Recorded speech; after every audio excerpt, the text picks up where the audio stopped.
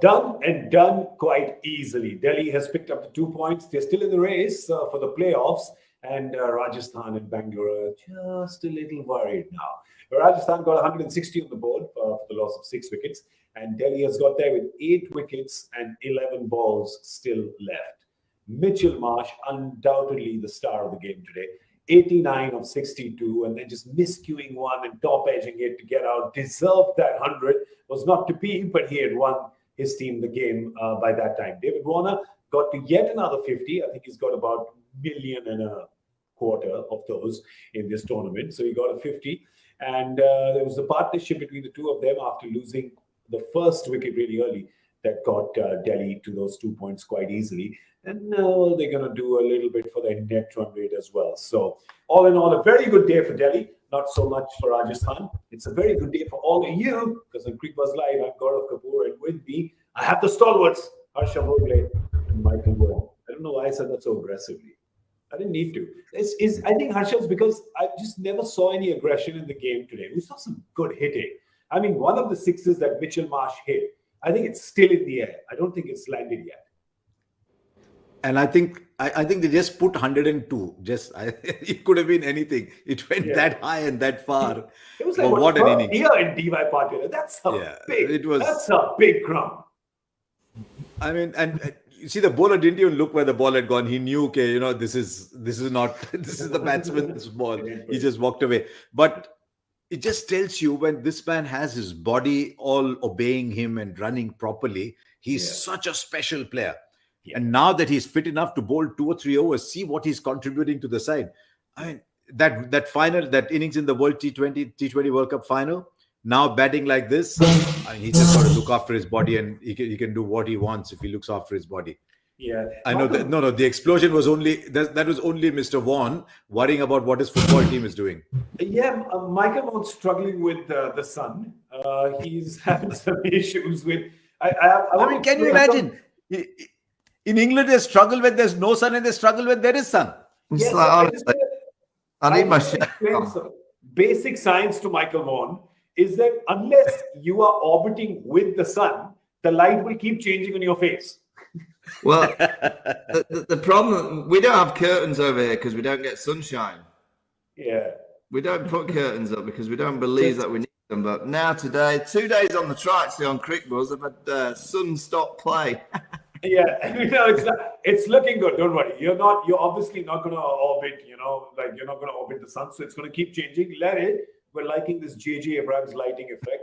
But let's talk about this game, which was, I think, even when Delhi was batting, these last 20 overs when they were chasing, just never looked in any trouble at all. Well, the only trouble came when Mitchell Marsh went out there first ball and had a bit of fortune. Trent Bolt had him out, didn't review it. David Warner was bowled. The bails didn't come off. Josh Buttler dropped David Warner on the boundary.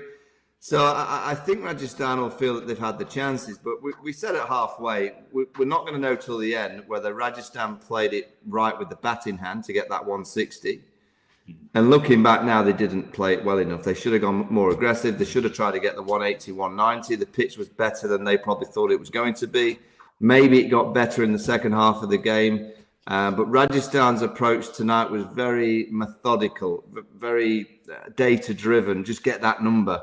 Whereas Delhi are in their last chance saloon. They've got one method of play, which is attack. They've got to win every game. And when you get someone like Mitchell Marsh in form, Harsh has just mentioned, he is an incredible cricketer. And I just don't think India have seen the best of Mitchell Marsh yet. But if he gets on the role that I've seen him in Australia, seen him do it for Australia in the T20 World Cup, he's the kind of player that could win Delhi 2 or 3 games on the trot on his own. And he's found form. Delhi have won the game. Rishabh Pant's got his decisions right. We weren't sure at the toss whether he got that right. He's got it spot on, Rishabh, this evening. Yeah, we'll talk about Mitchell in just a second, Harsha, but I just want to talk about David Warner as well, because we touched upon that in the comm box. Today was the wise old owl, the wily old fox that David Warner had to be, because Mitchell Marsh was going hammer and tongs. David Warner has done the elder statesman shepherd role today to a T. Mm. And to be fair, he could do it because his partner was playing that way and gave him the time to be able to play like that. But look, he scrapped his way to a 50. Most days, Warner sort of powers his way to a 50. Today, he scrapped his way and he's just shown his class. But he's been able to do that because Mitch Marsh was scoring freely at the other end. If Marsh had been scoring at 120, then Warner would not have been able to play the innings that he did. So you could see as soon as Marsh got out, he's gone trotting up all the way to him to say, well played, because he's given Warner the time to take them home. Yeah. And then those two dramatic shots at the end, man. Those 2 sixes Rishabh hit at the end, they were not easy shots. But they're never easy shots. That is just Rishabh. That is just Rishabh. You unshackle him, he's a special player. And also you have to force him to hit them with one hand. I'm telling you, he tries to hit them with 2 hands. That's the mistake he makes. Well, let's talk about Mitchell Marsh. He's the Omnigel relief and recovery performer of the match. Omnigel, India's /1 pain recovery gel brand. It not only gives quick relief, but also recovery from pain. No that for fans. Look at him there. 89, 62, 143 strike rate, 5 4s, 7 6s. Some of them were 12s, in fact. But don't forget, Michael, what he did with the ball today. 3 overs, picking up 2 wickets. He was just all over this game, wasn't he? Yeah, all-round brilliance. And that's the kind of player that he is. I don't feel sorry for bowlers that often, but I do feel sorry for bowlers in their follow-through when they're bowling to someone like Mitchell Marsh. And I fear that he's going to whack one back and they're not going to be able to do anything about it. He hits the ball so purely. And then those shots, I reckon there was, what did he hit, 5 6s? I reckon 2 of them, it came off like the bottom edge of the bat. And he still sailed over the Ross. And then he got hold of a couple and they've just, as you said, they've still not landed. He's a special player, really still. You know, when he's got that wide base, he's still, the bat looks very, very, very wide. He's got the back foot game. He's got that pull shot. You bowl it just slightly too full. He smacks you down the ground. He can go over extra cover, wide, long on. A very, very difficult player to keep quiet. And now I think this innings, I'd be amazed if he doesn't do it again in the next game or the game after that. I think he's found his confidence. He's found his mojo. And I think today will be a massive confidence boost for him and obviously for Delhi. You always need a little bit of luck, Harsha, and he got it today. Yeah. He got it. You know, I was just thinking about it so many times. I saw the replay, as I'm sure a lot of people did. And you thought, it's gone straight off the bat. Yeah. And then suddenly you say, oh, no, hang on. There was a little bit of pad before it came on to bat. And we laugh at reviews sometimes. I just wonder, in these 50-50 cases, sometimes the bowler goes up. And I realized today, maybe the bowler should have gone up. Yeah. But it's very easy to be wise after the event. But yeah, he was lucky. Warner was lucky. I did say at that point that if Chahal had bought a lottery ticket today, he would have gone to claim it and discover that someone's stolen it 10 meters before he's got there. Yeah, true. Yeah, true. I mean, he should have got 3 wickets at that time. But that's how the game goes, right? You have days when you're not lucky. You play your first bad shot and you're out. Your days when it just goes with you. It's what you do when luck goes your way that determines where you go. And Mitch Marsh did that. I mean, I could not agree more with Michael. Just the way he sets himself up. He's an intimidating guy. He's 6'3", 6'4". He hits it hard. He's the one batsman you really need to worry in your follow through, because it could come back so hard one day. Yeah, and if it does, don't worry. We've got some Omnigel for you. Yeah, because Mitchell Marsh. And I'll tell you what. The reason I was laughing. Sorry to interrupt. The reason I was smiling when you were reading that Omnigel relief and recovery was that's been the story of his life. If he can have relief and recovery going for him and he can stay injury free, he can dominate the world. That's how good he is. Well, there you go. It's happening for him today because Mitchell Marsh was our Omnigel relief and recovery performer of the match. He ensured that there was no doubt for Delhi fans. And if there's no pain for him, there is gain for his team. He's won this game today. And as Michael is saying, he could probably win 1 or 2 again. And I think what you're saying about Chahal, I think Michael and I will understand another example. Do you remember maybe in high school, you get this phone number you really wanted back in the day where you had to write them down on a piece of paper and then you put it in your pocket and the next day you want to make that phone call, but you realize that mom put it in the laundry. Those pants are in the laundry and it comes out and suddenly there's just smudged ink on the paper. That's what has happened. See, Harsha doesn't know that example because that's not him, but Michael and I know what I'm talking about. Michael and I know. I love the way you think Michael and you. Yeah. Why? I mean, you're a pillar of society, sir. You're a beacon of good behavior. You're badly behaved. I'm not sure which hand this compliment is coming from. Harsha, I think what he's trying to say to you is that you're a better standard of human being than me and Karen. Just a little bit. But in this case, I'm not sure. Can I tell you something? I'll tell you why this would not be a problem for you. Because you're a good student, you would just learn the number by heart, right? No. Yeah. Well, let's come back to Chahal. But that's what happened to all of us. Sorry? Before phone came, before these mobile phones came, we just all knew numbers. Yeah. We didn't need to write them down. We had a little phone book. We just knew numbers. We would write them down on pieces, scraps of paper. The bigger danger would be if your mother, instead of putting in the laundry, picked up, found the chit and made that call. Discovered who it was at the other end. There's a sitcom idea. All right. For Chahal today and for the other bowlers, I think the problem today was that they relied a lot on their bowling, but just no wickets, right? And Michael, here's the thing. That's what we talk about. Mitchell Marsh, of course, being in great form, and they're getting luck as well. But on the other side, when David Warner decides he's not going to get out, right? He's like a little battle ram, right? He's going to keep fighting. He's going to do whatever it takes. He's just not going to give you his wicket because that's just the kind of player he is. Oh yeah, full of experience and know-how, and he also knows where Mitchell Marsh is going. I guess in the past you'd have said that David Warner's got a big ego, and he probably still has got an ego. You've got to have to play at the highest level and to do what he's doing. But I think he takes away his ego now when he's got someone like Mitchell Marsh playing in the way that he's playing. He just thinks, right, you can have the strike. Yes, if it's there for me to hit, I'll hit the boundary. And he did hit some nice boundaries, but I think he saw his role, and that's just experience, and it's just, knowing that he needs to be out there to win the game for his team. It's not about him, it's about the team. And he realised that it was Mitchell Marsh who was going to strike it. He'll give him one. When he got the odd short ball, he hit a nice 6 over mid-wicket off Chahal. But he's a high-class player, so consistent at the top of the order. He knows he can play different roles. He can play the aggressor, and he can play the role today that he just knew that he had to sit in there and allow Mitchell Marsh to have the headlines. Is Ashwin, Harsha, we have to speak about Ashwin. How many kinds of deliveries have we seen from him today? I think he's got another 8 that are work in progress at the moment. But I just think, I don't know if Michael agrees. I just think he overdoes that one sometimes with the carom ball. Maybe he just thinks he's got to bowl the ball that leaves the right-hander when the right-handers are batting. He's such a canny guy. He understands the game very well. But suddenly he'll bowl one from stump high. He'll suddenly put one hand up, and I don't know if the ball that's reaching the batsman is that different from the way it leaves the hand. Yeah, it makes me think, I don't Michael, know. because it's beyond my pay grade. That. Yeah, Michael. Let me ask you: he's a bona fide legend, and then the stock delivery that he has, right?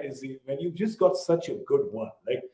I was just talking to Jadeja because the Hindi show is happening right here. I can't see the stadium, but I can see the Hindi show is happening right there. But he was saying that if you look at a Bishnoi, you know that he's not got the traditional leg break, right? So he's going. But if he had a really nice loopy leg break, you'd say, all right, why are you bowling so many googlies, right?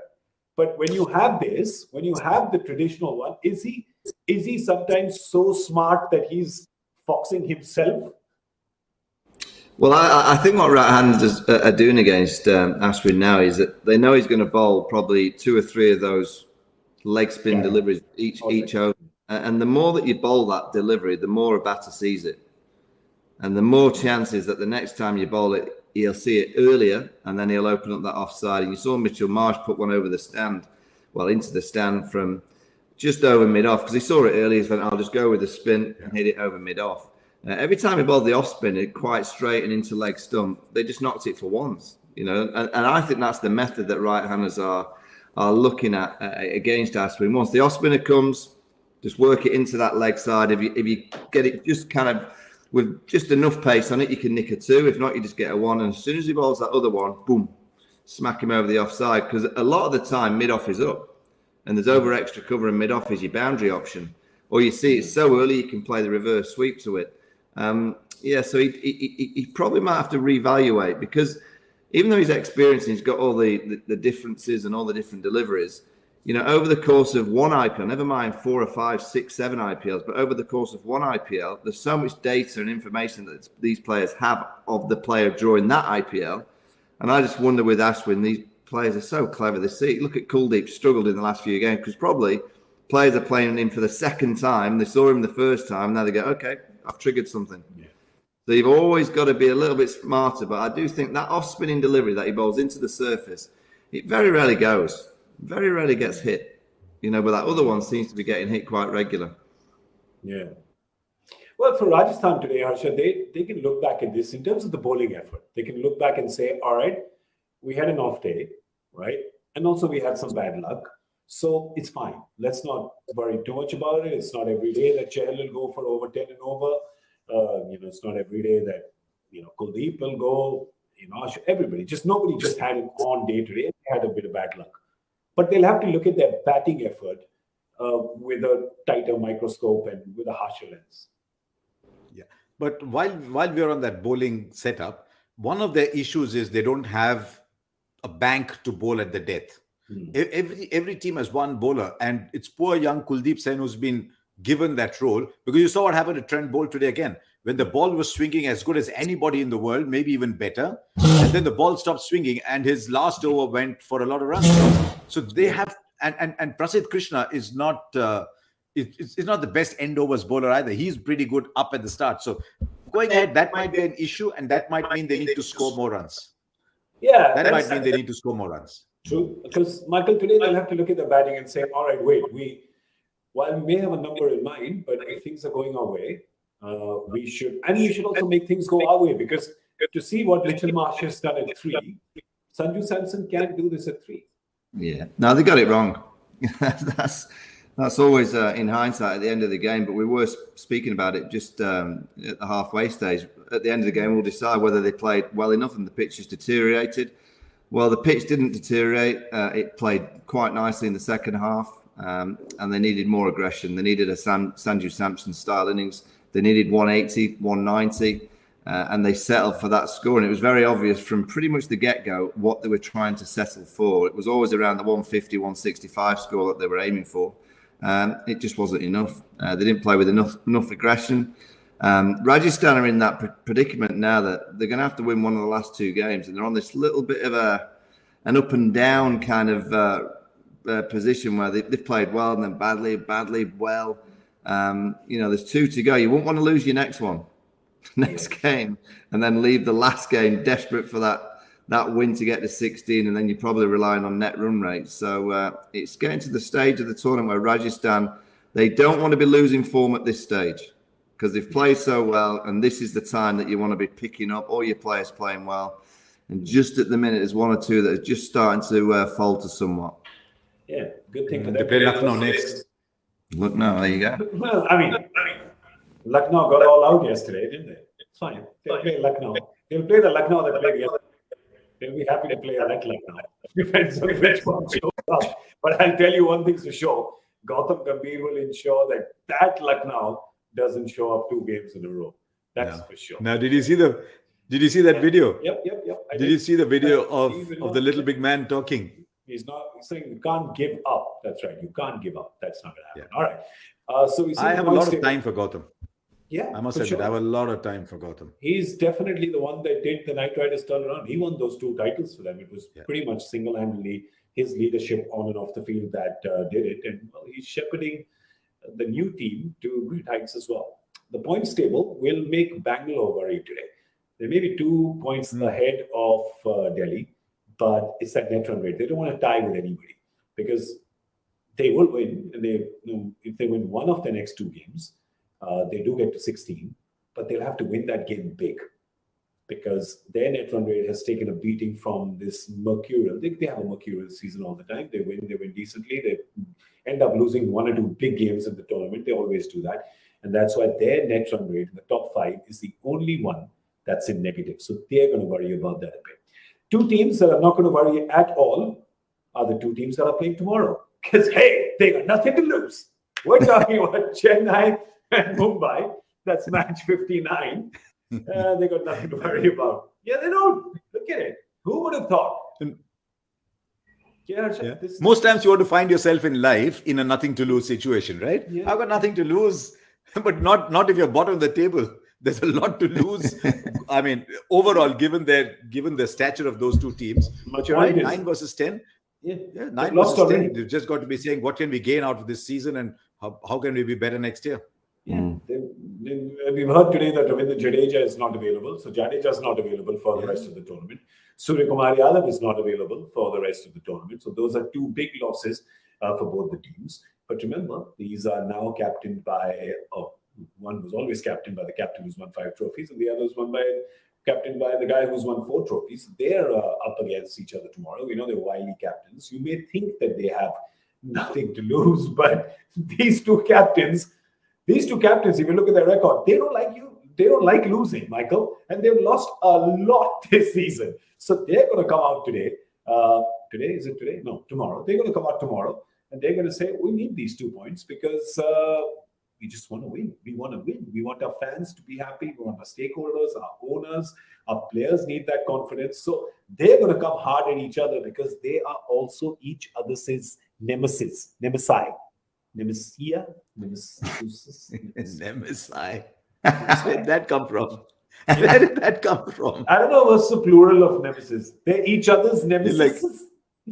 Like hippopotami. Hippopotami. So yes. I tell you what it is tomorrow. It's well worth watching because they'll both just go for it. I just wonder whether it's worth both franchises just trying to pick out 2 youngsters that they feel might be a part of next year and the year after.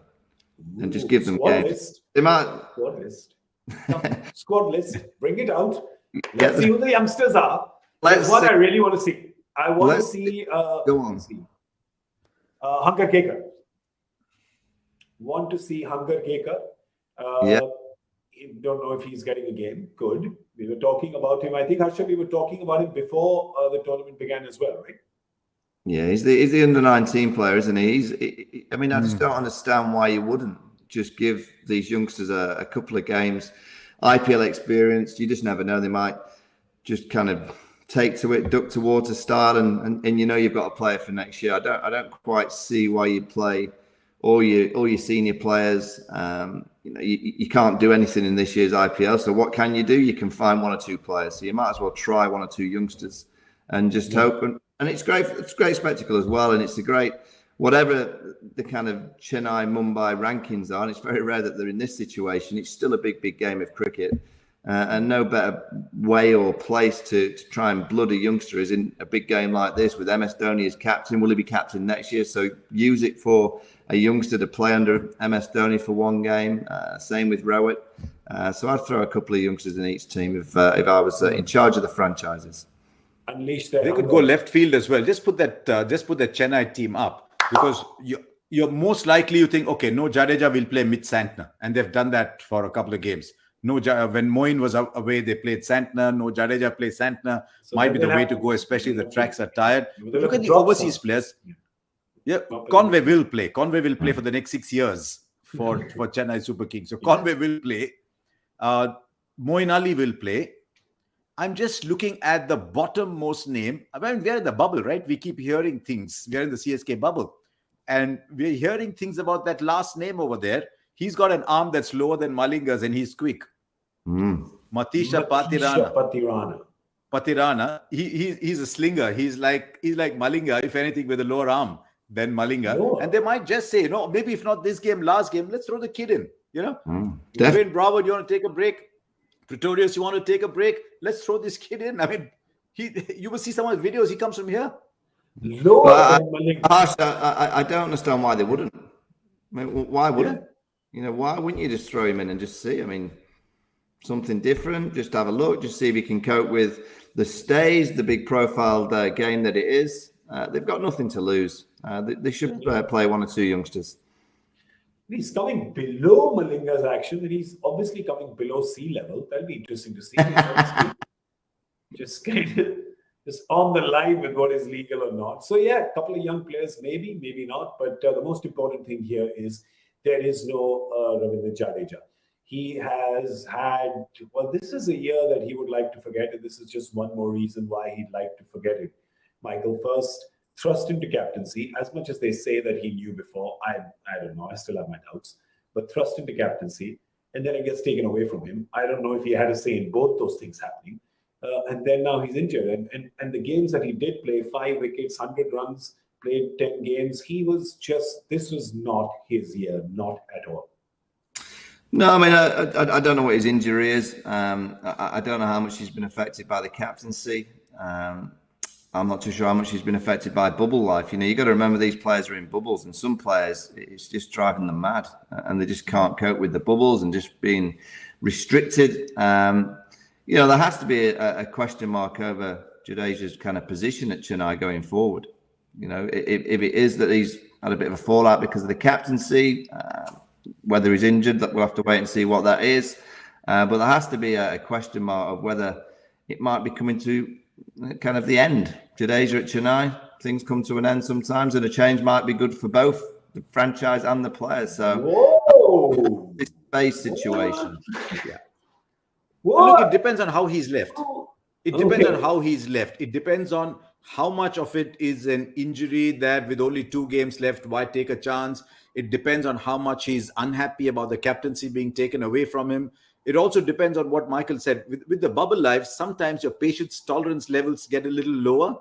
On another day, suppose he was unhappy, he would have said, yeah, I've seen ups and downs in life. But when you're already on a short fuse, you start to, your tolerance levels are a bit low. So I don't know what state of mind he's left in, but I hope he's left, because CSK is not the kind of franchise that'll break relationships very quickly. So I hope he's gone with the right frame of mind. But we'll know by December. We'll know when teams have to release players. We'll know by then. But hopefully it won't come down to that. The two of you have me shook. I just thought it's an injury and he's left, but now this is. No, it could well be. Listen, we don't know. I'm just saying it's a conspiracy theory. We like conspiracy theories. Right? No, and they've said it's an injury. Yeah. All I'm saying is that sometimes if it's an injury, you say, okay, I'll stay with the squad. They might say it's only 2 games. I don't know yet. Yeah. But listen, he was definitely unhappy about the captaincy going. Anybody would. Yeah. You and I would. We would all. Anybody would be unhappy. Yeah. So I don't know if he can put 2 and 2 together. Hopefully not. But if it is, I guess it is. That means there's a very, very handy player that's going up for the auction. I don't know. He was the first to touch. But that might be too far away. Yeah, that's a big check. But you never know. Could be. But I think that more than Chennai missing Jadeja this season, I think all us fans of Sir Jadeja have missed his explosive presence this season. So it really has not been his year. And it's one of those days, you have one of those days when you say, I've just got to put this day to bed now. I'm just going to wake up tomorrow fresh. Maybe that's just today's for Jadeja. It's like, I don't need to play the remaining games. It's fine. Go home, get some rest. He's an important cog in the wheel for the Indian team. And there's a lot of cricket coming up for India, white and red ball. So that's that. Let's have a look at the Mumbai squad real quick. There's one youngster who's done very well. There's Tilak Verma. So he's been the impressive story for them. Tim David has been very impressive as well. Michael Vaughan, quickly tell us, where are you on the whole Kieron Pollard situation? Well, he's got a contract that states that he must play, so he's probably going to carry on playing. I just look at all this, the squad there, and you just pick out. I mean, there's plenty of names there that I don't know a great deal about, but there has to be 1 or 2 youngsters that deserve a chance. There has to be 1 or 2 that deserve a chance, and you just play them, give them that experience. Yeah, I wonder if they could go back to dual brevis and say, okay, you play at a different position. Maybe your style was a little too volatile for 3, so see if you want to come back and play at 5. Or they talk so highly about Tristan Stubbs, another South African. Mumbai Indians are discovering South African players more than South African selectors for their own country. So they rate Tristan Stubbs very high. So they could just give him a go. It's just that there are these overseas players. You have to play Tim David. I'll tell you what, Harsh, and if they're any good, England will grab them.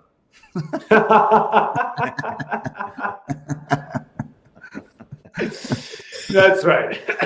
Well, some of the youngsters, but Tim David has definitely been one of the most exciting. You just keep thinking, what happened there in the middle, right? They went after him in the auction. A lot of people went after him. They knew what was going to happen, and then they bench him for the large part of the tournament. And then he comes back and he's hitting those long balls again. So it's quite strange. But again, you can't predict whether it's going to happen or not. But it's just getting a little difficult as a Pollard fan for close to a decade to just watch what's happening there. And we've spoken about that on Cricbuzz Plus, so we're not going to reopen those wounds again. We're just going to reopen another wound, which today was actually not that painful. I'm talking about the joy factor question and answer. He really phoned it in today. Yeah, we're talking about South Africa. Here's South Africa again. Which player's omission caused a furore in South Africa's first test after they returned to international cricket? And the answer is, Harsha, yes, come on. And he comments. I think the test match was in Barbados, and Andy Cummins is a Barbadian. Yeah. And they boycotted the game, and there was no one to watch, I think. If I remember right, there was this big furore about Andy Cummins being left out. And it was around that time we'd seen Andy Cummins had played against India, decent bowler. He had that peculiar, that kind of action. Yeah. So Andy Cummins, and they used to call him Cummins and Goins. I remember that. I think he played for Durham in county cricket. Yeah. I remember fighting him. Yeah. And then he went and played. Was it US or Canada? I thought he played for the US. Apparently, he played for Canada. Apparently, he played for Canada, and he looked like he'd enjoyed life a little bit in the interim. Why not? As you must. And he did that. But the West Indies used to come up with these players who always took wickets against India. Remember that policeman, Sanford? Oh yeah. Only played a little bit and took wickets against India. Yeah. Mervyn Dillon came and took wickets. Franklin Rose came and took wickets. Pedro Collins came and took wickets. There were so many of these guys that play a couple of years, take wickets and go away. Yeah. Jeez, those are some real nostalgic names you're bringing out. Yeah, they all did. Yes, absolutely. Let's see who got this one right. Let's have the look at the winner. Abhi. That's it. Abhi Rock. Abhi Rock 12. Abhi, you're rocking, my friend. Well done. Congratulations to you. You're the first person to get that correct answer in. So congratulations. All right. That's all we have time for. Are we done? That's it? No more fun? No more excitement? No more? Hey, I've got Tane Tiwari watching the show. Hey, Tane, how's it going? How are you? There he is. I'm just waving to people in the Cricbuzz studio. I've got my painting watching me. Watch. That is a Picasso. If you can find where Harsha Bhogle is, you can get yourself a Picasso. Because as we learned in the pre-show today, people can just walk into his room. Apparently, anybody can just walk in and out. So have yourselves a Picasso. All right, we're going to get out of here. We're going to see you tomorrow at 7 p.m. Big thank you to Michael Vaughan and Harsha Bhogle. Thank you so much. Michael Vaughan, of course, who in our post-show becomes a sunflower. It's gone. Is it gone? The sun's gone. No, it's still here. It's still here. All right. Beautiful evening. Yeah. Go out and get some sunshine. It's probably the 13th of the 14 minutes you'll have it this summer. So go on, run along, young lad. Go on. And we'll see you all tomorrow at 7 p.m. I'm Gaurav Kapur. This was Cricbuzz Live. Thank you.